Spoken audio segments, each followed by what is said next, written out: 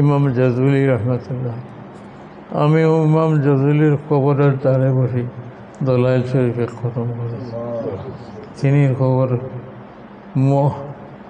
কোন প্রদেশে? মারাকাশ।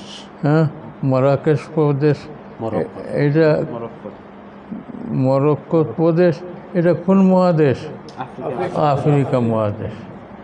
ওখান পর্যন্ত আল্লাহ তালা আমাকে এশিয়াতে জন্মই, ইউরোপে সফর করেছি, আমেরিকা সফর করেছি, আফ্রিকা সফর করেছি।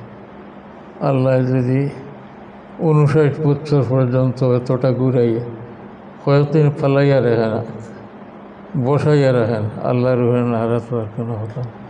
তবে আমি অজু করতে পারতেছি না, নমাজ বাকায়দা করতে পারতেছি না। আপনাদের কাছে এই দোয়া, আপনারা নেক আল্লাহর বন্দা, আমার জন্য দোয়া করবেন যেন আমি অজু গোসল নিয়ম মতো করতে পারি, নামাজ নিয়ম মতো আদায় করতে পারি।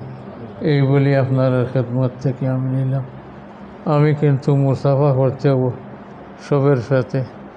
আমি এখানেও বসি যে রুমে, এখানে গেলে মুশকিল হবে, ছোটো রুম।